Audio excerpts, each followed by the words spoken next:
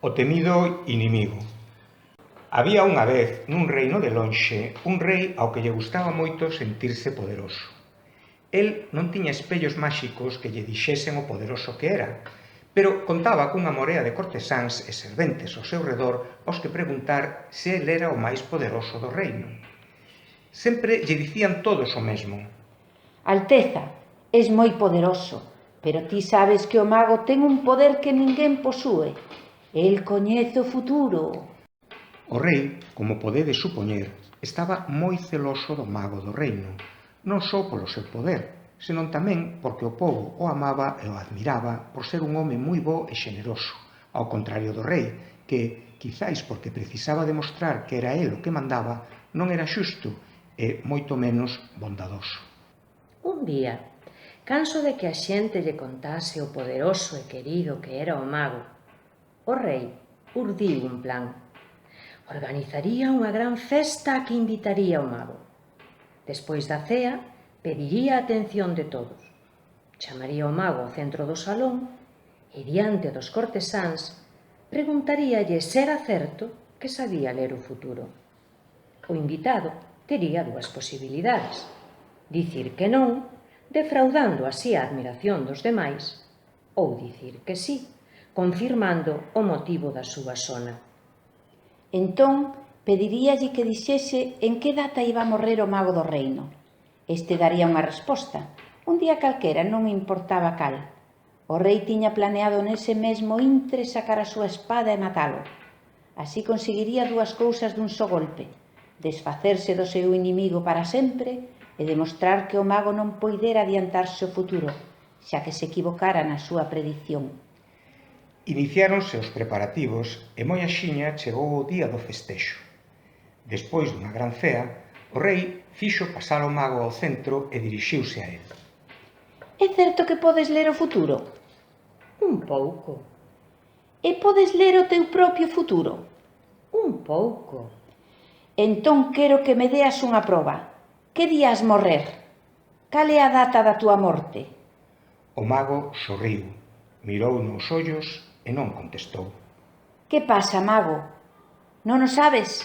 Non é certo que podes ver o futuro? Non é iso, pero que sei. Non me atrevo a dicircho. Como te atreves? Eu son o teu rei e ordénoche que mo digas. Contéstame, cando morrerá o mago do reino? Despois dun tenso silencio, o mago mirouno e dixo: Non podo precisarche a data, pero sei que o mago morrerá exactamente un día antes co rei. Durante uns intres, o tempo conxelouse. Un murmurio correu entre os invitados. O rei sempre dixera que non cría nin en magos nin adiviñacións, pero o certo é que non se atreveu a matar o mago. Decatouse de que se equivocara. A súa xenreira fora a peor conselleira. Pensou que o mago fora moi arteiro, dera a única resposta que podía evitar a súa morte. Tería adiviñado. A predición non podía ser certa, pero e se o fose?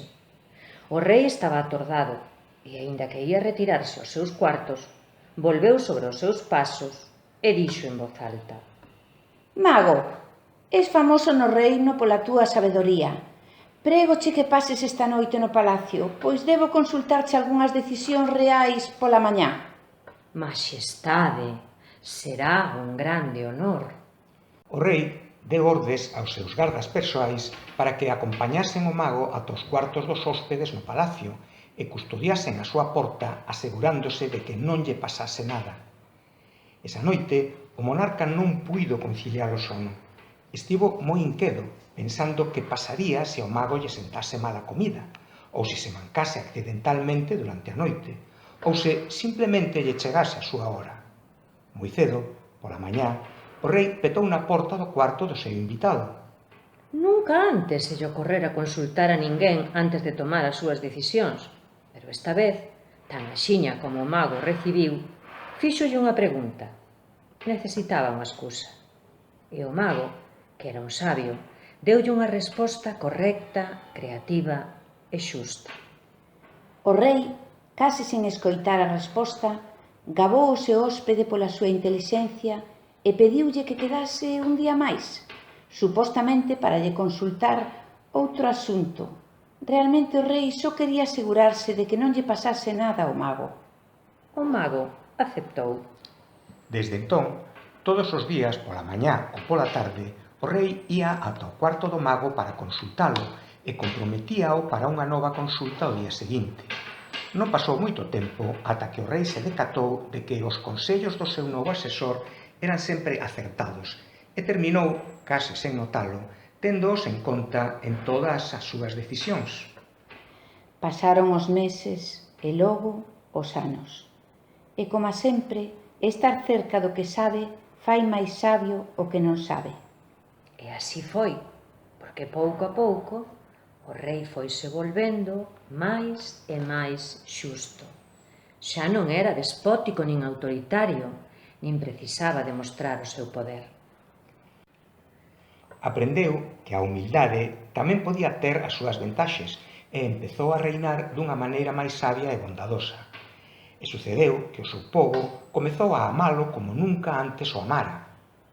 Ademais, o rei xa non ia ver o mago para saber da súa saúde, senón simplemente para aprender, para compartir unha decisión ou simplemente para falar.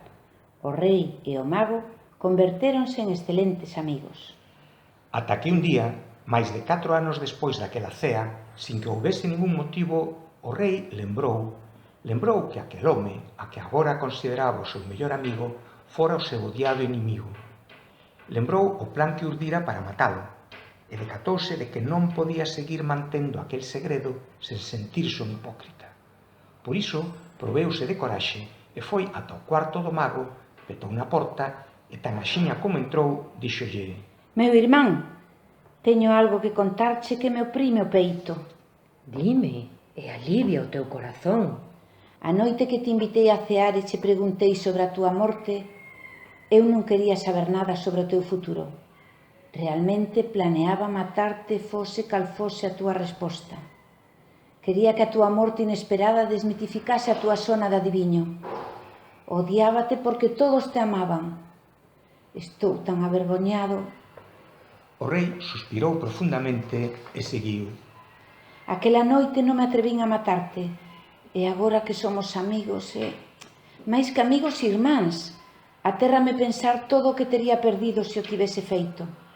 Precisaba dicirche todo isto para que me perdoes ou me despreces, pero sen enganos. O mago mirouno e díxolle: Tardaches moito en podermo dicir, pero alédame que o fixeses, porque isto é o único que me permitirá dicirche que xa o sabía. Cando me fixeches aquela pregunta e agarimaches coa man a empuñadura da espada, foi tan clara a túa intención que non precisaba ser adiviño para decatarme do que pensabas facer. O mago sorriu e puxo a súa man sobre o ombreiro do rei. Como xusta devolución á túa sinceridade, debo dicirche que eu tamén che mentín. Confésoche que inventei esa absurda historia da miña morte antes que a túa para darche unha lección. Unha lección que quizáis foi o máis importante de todo o que che ensinei. A túa morte, querido amigo meu, chegará xusto o día da túa morte, e nin un minuto antes. É importante que saibas que eu estou vello e que o meu día seguramente se chega. Non hai ningunha razón para pensar que a túa partida deba estar atada á miña. Son as nosas vidas as que se vencellaron, non as nosas mortes. O rei e o mago abrazáronse e festexaron brindando pola confianza que cada un sentía naquela relación que souberan construir xuntos. Conta a lenda que misteriosamente aquela mesma noite o mago morreu mentres dormía. O rei coñeceu a mala noticia o día seguinte e sentiuse desolado.